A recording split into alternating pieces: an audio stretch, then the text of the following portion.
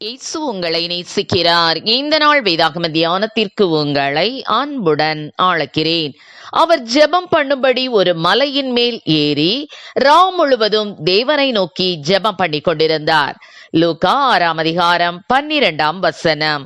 வட அமெரிக்காவில் செவ்விந்தியர்களிடையே மிஷனரியா இருந்த டேவிட் பிரைனார்ட் 29 வருடங்கள் மட்டுமே வாழ்ந்தவர். அவர் மரித்து 200 வருடங்கள் கழித்தும் இன்னமும் அவரை குறித்து பேசப்படுகிறது. அந்த ரகசியம் என்ன தெரியுமா? டேவிட் பிரைனார்ட் தனது மாபெரும் பணியை ஜெபத்தின் மூலமாக சாதித்திருக்கிறார். அடர்த்தியான காட்டுப்பகுதியில் வசித்து வந்த செவ்விந்தியர்களின் மொழியை அவர் பேச அறியாத நிலையில் அவர் தனது முழு நேரத்தையும் ஜெபத்திலேயே செலவிட்டார். அவர் எதற்காக ஜெபித்தார் தெரியுமா? செவ்விந்தியர்களின் மொழியை அறியாமல் அவர்களை சந்திப்பது கடினமாயிருந்தது.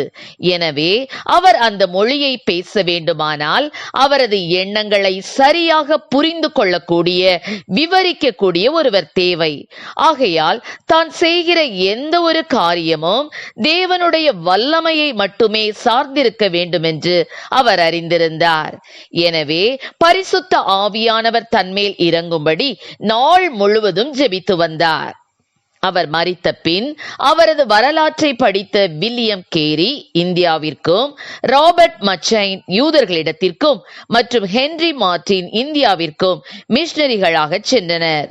19ஆம் நூற்றாண்டின் மாபெரும் எழுப்புதலுக்கு மற்ற யாரையும் விட, எதையும் விட டேவிட் பிரைனார்டின் ஜெபமே முக்கிய காரணம் என்று ஏஜே கோர்டன் கூறியுள்ளார்.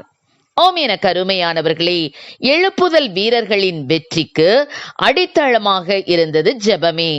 அவர்கள் கர்த்தருடைய வல்லமையை மட்டுமே சார்ந்திருந்தனர். சூழ்நிலை எதிராகவோ கடினமானதாகவோ இருக்கும் நிலையில் அதை முறியடிக்க அதிக நேரம் ஜெபத்தில் உறுதியாக காத்திருந்தனர். பரிசுத்த ஆவியானவர் தங்கள் மேல் இறங்கும்படி, எடுத்து பயன்படுத்தப்படும்படி நாள் முழுவதும் ஜெபித்தனர். ஊழியத்தில் எந்த பகுதி கடினமானது என முதலில் கண்டறிந்து அது நீங்கும்படி, அதற்கு உதவும்படி ஜெபித்தனர். எந்த சூழ்நிலையிலும் ஊழியத்து நிமித்தம் வந்த சோதனைகளில் சோர்வோ, பயமோ, மேலும் பொருளாதார குறைவு, பற்றாக்குறைகளினால் திரும்பி போய்விடுவோம் என்ற எண்ணங்களுக்கோ இடம் கொடுக்கவில்லை. மாறாக விசுவாசத்தில் உறுதியாக நின்றனர். அழைக்கப்பட்ட அழைப்பின் நோக்கம் முழுவதும் நிறைவேறும் வரை தங்களை அவர்கள் பாடுகளுக்கு உட்படுத்தினார்கள். இப்படிப்பட்டவர்களின் வாழ்க்கை சரித்திரமே பல பேரை எழுப்புதலுக்குள்ளாக்கும். ஆம் பிரியமானவர்களே, தேவனுடைய பணியை சீராக நடத்தி செல்வதற்கு ஜெபம் ஒன்றுதான் அடிப்படையான, அத்தியாவசியமான அஸ்திபாரமாகும். ஜெபத்தை 2வது இடத்தில் வைப்பது வாழ்வின் சகல காரியங்களிலும் தேவனை ஒதுக்கி வைப்பதற்கு சமம். பணமோ அல்லது புத்தியோ கொண்ட மனிதர்கள் அல்ல, ஜெபிக்கிறவர்கள் மட்டுமே இன்றைய திருச்சபைக்கு தேவைப்படுகின்றனர். ஜெபத்தை மறுதலிப்பது தேவனை மறுதலிப்பதாகும். தேவனையும் ஜெபத்தையும் ஒருபோதும் வேறு பிரிக்கவே முடியாது. ஜெபிக்கிற மனிதர்களிடம்தான் இயேசு தமது சரீரமாகிய சபையின் எதிர்காலத்தை குறித்த காரியத்தை வெளிப்படுத்துகிறார்.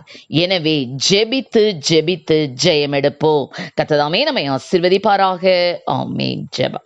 எங்களை அதிகமாக நேசித்து நடத்துகிற எங்கள் அன்பின் பரலோக பிதாவே, அப்பா, எங்களுடைய எல்லா சூழ்நிலைகளிலும் ஆண்டவரே, அப்பா, நாங்கள் ஜெபத்தை விட்டுவிடாமல் கர்த்தாவே ஸ்தோத்திர ஊக்கமாய் ஜெபிக்க, போராடி ஜெபிக்க, கருத்தாய் ஜெபிக்க, அப்படிப்பட்ட ஜெப வாஞ்சை தேவனீர் கொடுப்பீராக ராஜா.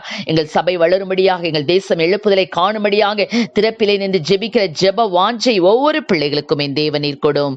ஆசீர்வதியும். இயேசுவின் நாமத்திலே ஜெபிக்கிறோம் நல்ல பிதாவே. ஆமென்.